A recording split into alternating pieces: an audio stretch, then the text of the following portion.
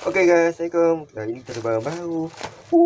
Baru tak Shopee. Okey, jom kita tengok dia buka macam mana. Ni. Belakang. Ya.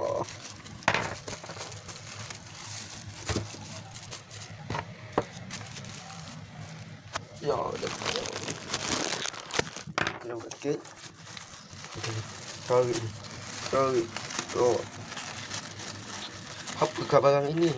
Apakah kita beli ni? Kau nak tahu kan? Jom, let's go. Ya, kita buka. Kena reset. Barang mana? Kita pilih barang mana? Barang mana? Apakah itu? Apakah itu kan? Apakah itu? Barang ni lah. Apakah barang tu besar betul? Nama ialah barang itu lagi guys. Ya.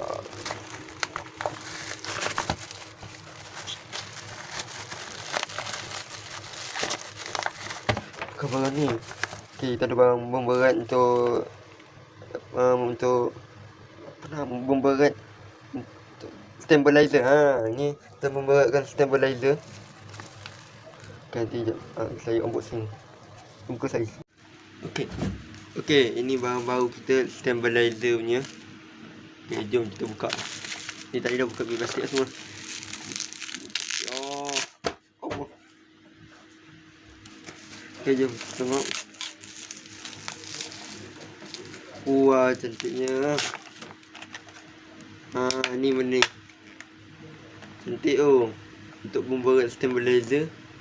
Okey, bambu saya di tak sekolah. Okey, hari nak konten tu saya buat. Saya pasang benda ni. Okey.